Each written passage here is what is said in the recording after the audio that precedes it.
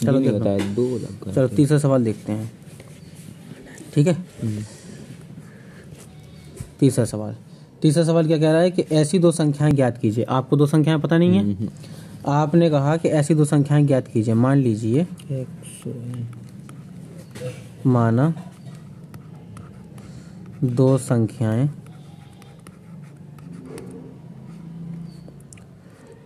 x और y हैं। ठीक है, x व y हैं। ठीक है, मान लिया। अब इसमें क्या करना है आपको, उसने कहा है कि जिनका योगफल 27 है। तो आप क्या करोगे, आप करोगे x प्लस y बराबर 27। क्लियर है। यहाँ पर मान लीजिए समीकरण एक। ठीक है, इसके बाद उसने कहा इनका गुणनफल 182 है। गुणनफल का मतलब क्या हो गया, x इंटू वाई बराबर में कितना आ जाएगा, 182। क्लियर है। अब पहले वाले समीकरण से यदि हम x का मान या हम y का मान निकाल के दूसरे वाले समीकरण में रख दें, और दूसरा वाला समीकरण है ये रहा। ठीक है, तो हम यहाँ पे लिखेंगे समीकरण 1 से x का मान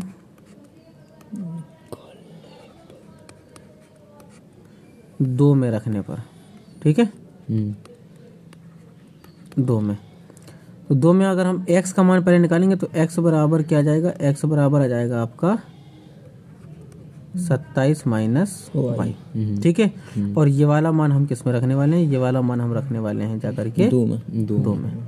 ठीक है, दो में अगर हम मान रखेंगे तो आपका x बराबर कितना था, 27 माइनस वाई।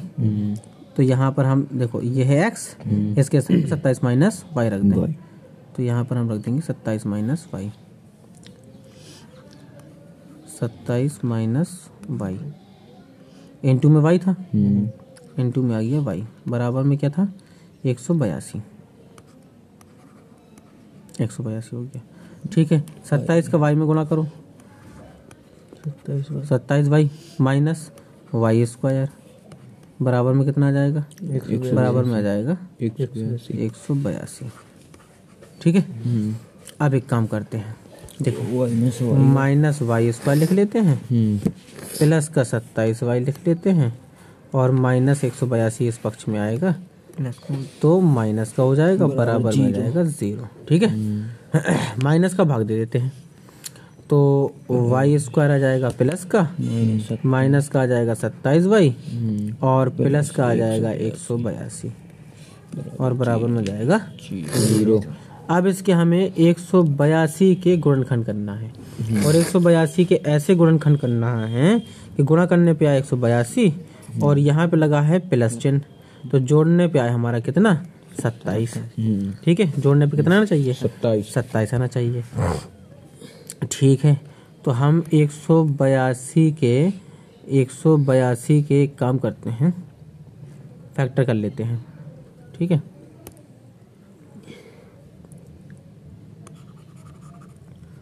देखो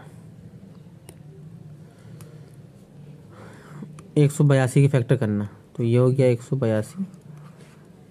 182 कर लेते हैं गुणनखंड। ठीक, पहले 2 से विभाजित करेंगे, तो 2 नाम 18 और 2 एकम 2।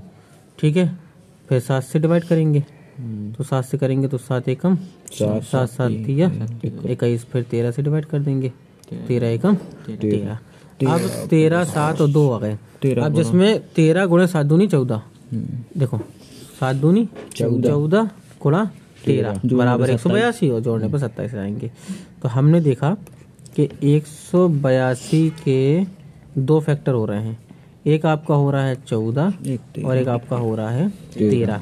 अगर हम इनका गुणा करते हैं तो आता है 182, और अगर हम इनको जोड़ते हैं तो आता है 27। क्लियर है। आ जाओ वापस, तो ये आ जाएगा वाई स्क्वायर माइनस 27 के स्थान पे हम लिख देंगे 14 प्लस 13, और ये आ जाएगा आपका वाई। ठीक है, माइनस का था 182 बराबर में जाएगा 0। ठीक है, वाई स्क्वायर माइनस ये आ जाएगा 14 वाई माइनस ये जाएगा 13y माइनस 182 बराबर 0। ठीक है, चलो अब देखो पहले y कॉमन था, y कॉमन आया, अंदर क्या बचेगा y माइनस 14, जो चिन्ह हुआ करे कहाँ पर, यहाँ पर जो चिन्ह हुआ करे वही चिन्ह कॉमन ले लिया करो, तो 13 कॉमन ले लेंगे। ठीक है, 13 लिया कॉमन, अंदर बचेगा y माइनस 14 बराबर बचेगा 0। ठीक है, y माइनस 14 दोनों कोष्टकों में है, y माइनस 14 निकाल लिया, दूसरे कोष्टक में क्या बन जाएगा y माइनस 13 बराबर में क्या जाएगा 0। अब इन्हें अपन सॉल्व कर लेते हैं। यदि हम y माइनस 13 बराबर 0 करेंगे तो y बराबर क्या आएगा 13 आ जाएगा। ठीक है, तो एक मान तो आपके पास में कितना आ गया, एक मान आ गया 13, और यदि हम y माइनस 14 बराबर 0 करेंगे तो y बराबर कितना आ जाएगा, y बराबर 14 आ जाएगा। दूसरा मान ये आ गया आपके पास में, तो दो संख्याएं उसने मानना थी, x और y दो संख्याएं, तो एक आ गई आपकी कितनी 13 और दूसरी आ गई आपकी कितनी 14। तो यहाँ पर आ जाएगा संख्याएं बराबर 13 व 14। ये बात क्लियर हो गई। अगला सवाल देखते हैं। ठीक है, अगला सवाल देखो, अगला सवाल क्या है आपके पास में, अगला सवाल है आपके पास में चौथा सवाल। ठीक, चौथा सवाल ये कह रहा है कि दो क्रमागत धनात्मक पूर्णांक ज्ञात कीजिए जिनके वर्गों का योग 365 है। धनात्मक क्रमागत, देखो क्रमागत संख्या हम ऐसे लेते हैं, माना दो क्रमागत संख्या, क्रमागत संख्याएं क्रमशः, दो क्रमागत संख्याएं, क्रमागत का मतलब जैसे अगर आपने एक माना x तो दूसरा हमें मानना पड़ेगा x प्लस 1, ये होती हैं क्रमागत संख्या। तीन होता है, हाँ लाइन से मानते चले जाएंगे। ठीक है, चलो आगे चलते हैं। तो आगे वो ये कह रहा है कि ये प्रश्न क्या कह रहा है, तो अपन लिखते हैं प्रश्नानुसार। ठीक है, प्रश्न ये कह रहा है कि दोनों के वर्गों का योग यानी x का वर्ग और x प्लस 1 का वर्ग बराबर कितना है 365 है, 365 है। ठीक है, चलो x स्क्वायर को तो आप x स्क्वायर ही लिख सकते हैं, इसका होल स्क्वायर खोल देते हैं, होल स्क्वायर खोलेंगे तो ये कितना आएगा x स्क्वायर प्लस 1 और प्लस में आ जाएगा दोनों के गुणनफल का दुगना, यानी ये आ जाएगा 2x बराबर में आ जाएगा आपका कितना 365। चलो x स्क्वायर और x स्क्वायर ये होगी आपके पास में 2x स्क्वायर, प्लस में आपके पास में 2x था ये वाला है ना, और प्लस का 1 था, और 365 जब इस पक्ष में आएगा तो माइनस का, 365 में से 1 चला जाएगा तो कितना बचेगा 364, माइनस का 364 बराबर में आ गया 0। ठीक है, दो का हम दे देते हैं भाग, तो ये बनेगा x स्क्वायर, इसमें 2 का भाग देंगे ये बनेगा x, इसमें 2 का भाग देंगे तो 2 एकम 2, 2 अट्ठे 16 और 2 दूनी 4 बराबर 0। अब 182 के ऐसे गुणनखंड करना है कि गुणा करने पे आए आपका कितना 182 और घटाने पे आए 1। तो अभी देखो आपने क्या करा था, अभी ये करा था कि 182 के 2 फैक्टर करे थे, एक करा था 14 और एक करा था 13। अगर हम इनका गुणा करेंगे एक आ गया तो आ जाएगा 182 और घटाएंगे तो आ जाएगा 1। ठीक है, तो इसको अपन क्या कर सकते हैं, इसको अपन लिख सकते हैं x स्क्वायर प्लस 1 के स्थान पे लिख सकते हैं आप 14 माइनस 13 इंटू एक्स और माइनस का 182 बराबर 0 आ गया। चलो एक्स स्क्वायर ये जो का त्यों रहा, प्लस ये आ जाएगा 14x और माइनस का आ जाएगा 13x माइनस 182 बराबर 0। यहाँ पे अपन ने x कॉमन ले लिया तो अंदर बचेगा x प्लस 14 और फिर यहाँ पे माइनस का 13 कॉमन ले लिया तो अंदर बचेगा x प्लस आ जाएगा कितना 14 बराबर में जाएगा 0। अब एक कोष्टक में आपका मिल गया क्या x प्लस 14 और दूसरे कोष्टक में मिल गया आपके पास में क्या x माइनस 13 बराबर 0। ठीक है, अब हम माइनस वाले कोष्टक को हल करेंगे क्योंकि माइनस वाले को हल करेंगे तो वैल्यू प्लस की आएगी, प्लस वाले को हल करेंगे तो वैल्यू माइनस की आएगी, माइनस की वैल्यू मानी जाती, तो x बराबर कितना आ गया आपके पास में 13 आ गया। एक संख्या थी x, एक संख्या थी x, दूसरी संख्या थी x प्लस 1, तो x प्लस 1 का मतलब 13 प्लस 1 बराबर 14। ठीक है, तो दोनों संख्या आपकी कितनी आ गई?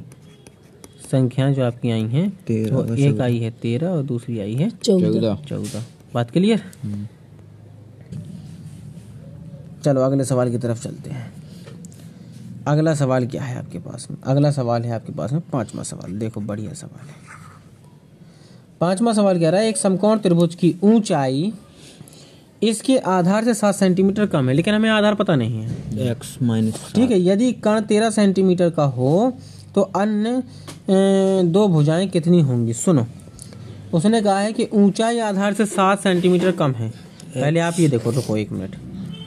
ये बनाया आपने एक समकोण त्रिभुज, इसे मान लिया आपने A, इसे B, इसे B, इसे C और इसे C मान लिया। ये कहलाता है कर्ण, और कर्ण कहा है उसने 13 सेंटीमीटर है। ठीक है, और आधार आप मान लो कि x है -7, तो ऊंचाई जो है वो आधार से 7 कम है, तो x से 7 कम है, ये हो गई ऊंचाई। ठीक है, अब जब ये कोई ऊंचाई, तो उसने क्या कहा था? उसने ये कहा था कि तो भुजाएं ज्ञात कीजिए। तो देखो कर्ण तो आपको पता है कि 13 है, आधार क्या है और ऊंचाई क्या है ये नहीं है पता। आप जानते हैं कि यह एक समकोण त्रिभुज है, त्रिभुज ABC एक समकोण क्या है? समकोण त्रिभुज है, समकोण त्रिभुज है ना। और समकोण त्रिभुज में एक पाइथागोरस की प्रमेय लगाते हैं, तो अपन लिखेंगे त्रिभुज ABC में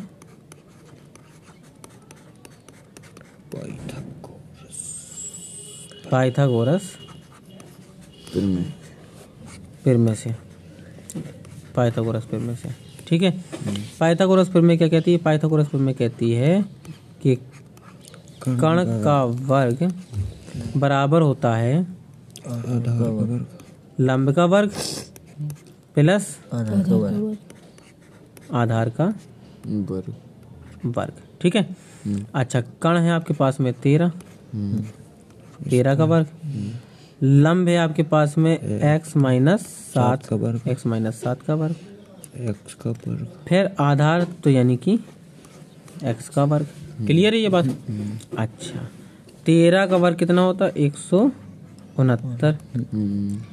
x माइनस 7 का होल स्क्वायर खोलेंगे तो x स्क्वायर, 7 7 49 प्लस का माइनस दोनों के गुणनफल का दोगुना, तो 7x का दोगुना करेंगे तो 14x, और प्लस में x स्क्वायर था आपके पास में। ठीक है, अब देखो ये x स्क्वायर और ये x स्क्वायर, कितने x स्क्वायर हो गए?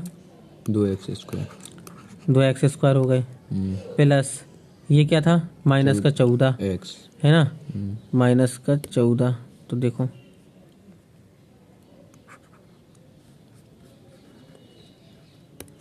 अब देखो माइनस का हो गया 14x, माइनस 14x, और 169 जब इस पक्ष में आएंगे माइनस के हो जाएंगे, और यहाँ पर है आपके पास में प्लस का 49, तो 169 में से 49 चले जाएंगे तो कितना बचेगा? 120 बचेगा, माइनस 120 बराबर 0। ये बात क्लियर है? अब 120, अब देखो 2 का भाग भी जा रहा, तो x स्क्वायर माइनस 7x और माइनस का 60 बराबर 0। 60 के ऐसे गुणनखंड करना है कि गुणा करने पे 60 आए और घटाने पे 7 आए। ठीक है, 12 पंचे 60 होते हैं। देखो ये आ गया ना आपका, 12 के 2 खंड करो, सॉरी 60 के 2 खंड करो, तो एक आ जाएगा 12, एक आ जाएगा 5। 12 5 का गुणा करेंगे 60 आएगा, 12 में से 5 जाएगा तो 7 बचेगा। तो आप क्या करेंगे? x स्क्वायर माइनस 12 माइनस 5 लिख सकते हैं 7 के स्थान पे, इंटू x कर सकते हैं, माइनस 60 बराबर 0। चलो तो ये आपका आया x स्क्वायर, माइनस का आपका आ जाएगा कितना? 12x, और माइनस माइनस प्लस हो जाएगा 5x, ठीक है, और माइनस का 60 बराबर का 0। तो यहाँ पे आपका x कॉमन है तो x माइनस 12, ठीक है, और फिर प्लस का 5 कॉमन आएगा तो x माइनस 12 अंदर फिर बच जाएगा बराबर 0 हो जाएगा। ठीक है, तो x माइनस 12 अपन कॉमन ले लेंगे और दूसरे कोष्टक में जाएगा x प्लस 5। तो प्लस वाली संख्या को अपन सॉल्व नहीं करेंगे, माइनस वाली संख्या को सॉल्व करेंगे। यदि x माइनस 12 बराबर 0 तो x बराबर आ गया 12। तो आपके पास में जो आधार भुजा थी वो कितनी आ गई? 12। आधार भुजा 12 आ गई। इसके बाद ऊंचाई जो आपके पास में थी वो थी आपकी x माइनस 7, तो 12 माइनस 7 तो ये आ गई आपकी 5 सेंटीमीटर, है ना, और ये है 12 सेंटीमीटर। और कण जो आपके पास में था वो आपके पास में पहले से 13 सेंटीमीटर था। तो तीनों भुजाएं निकल आई। आपकी ऊंचाई आ गई 5 सेंटीमीटर, इसके बाद आधार आ गया 12 सेंटीमीटर और कण 13 सेंटीमीटर पहले से ही था। चलते हैं अगले सवाल की तरफ। ठीक है, चलो अगला सवाल आपके पास में क्या है? अगला सवाल है आपके पास में छठवां सवाल। ठीक, चलो भैया छठवां सवाल देखते हैं।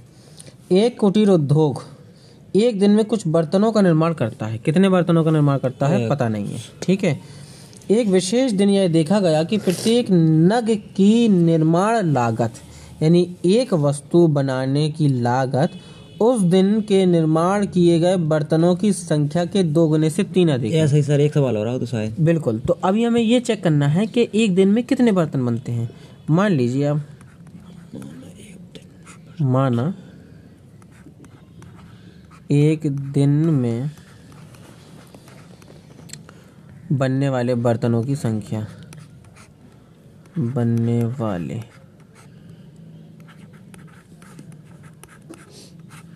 बर्तनों की संख्या बराबर है आपके पास में x।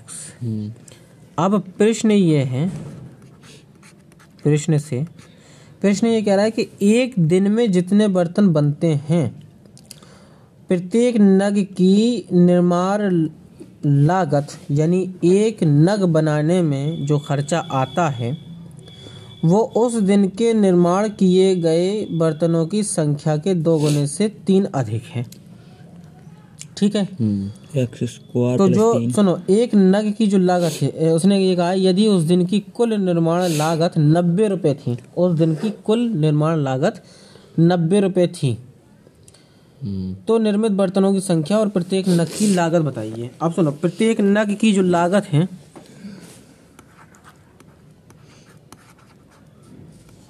प्रत्येक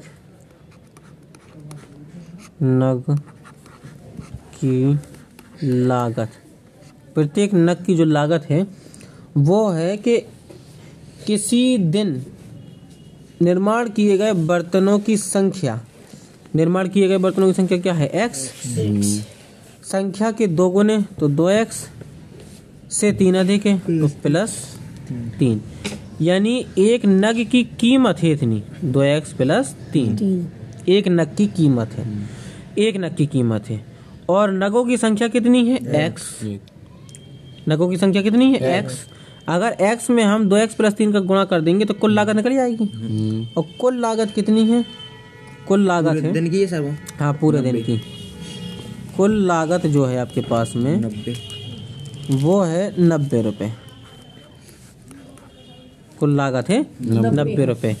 तो ये जो 90 रुपये है ये आप x से 2x प्लस 3 का मल्टीप्लाई करेंगे तो ये 90 क्या लाएगा, है ना।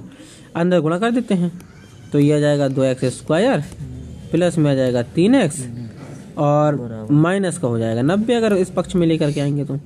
ठीक है, अब 9 दूनी 18 यानी गुणा करने पे 180 आना चाहिए।